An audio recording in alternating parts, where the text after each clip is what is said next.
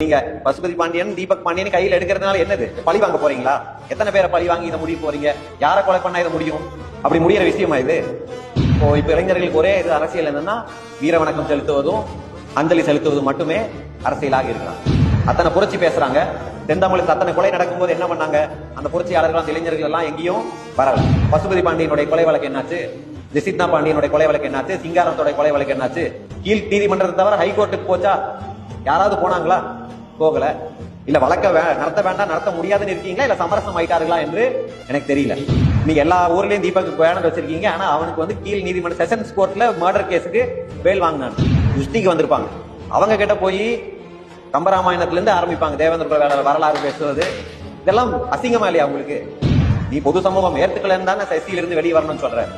எஸ்சியில இருந்து வெளியேறணும் என்பது வெறும் எஸ்சி பிசி சர்டிபிகேட் வாங்கி வீட்டுல வச்சுக்கிறது கிடையாது. அது நம்மளுடைய குணம் மாற்றம், மனம் மாற்றம் எல்லாமே, உளவியல் மாற்றம் எல்லாமே வரும். மத்தவன் எல்லாம் முன்னாடி கட்சியை நிறுத்துவான், உள்ளுக்குள்ள ஜாதியா இருப்பான். இங்க வெளியே ஜாதியை நிற்கிறது, பின்னாடி தேர்தல் நேரத்துல வந்து எந்த கட்சியா இருக்கிறது அடையாளமே இல்லாம போயிடலாம். எப்படி இருக்க வேண்டுமோ அப்படி ரிவர்ஸ்ல இருக்கிறான். இதே பரமக்குடியில தான் எத்தனை ஆயிரக்கணக்கான லட்சக்கணக்கான ஒரு தியாகியார் நினைவெடுத்துக்கு வந்துட்டு போறாங்க.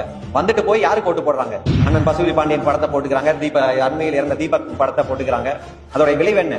தியாகத்தை போற்றுவது என்பது வேறு, தியாகத்தை மட்டுமே வைத்துக் கொண்டு அந்த உயிரிழந்தவர்கள் மட்டுமே தூக்கி பிடித்துக் கொண்டு இருப்பது அது இந்த சமூகத்தை முன்னுக்கு எடுத்து செல்லாது, மாறாக பின்னுக்கு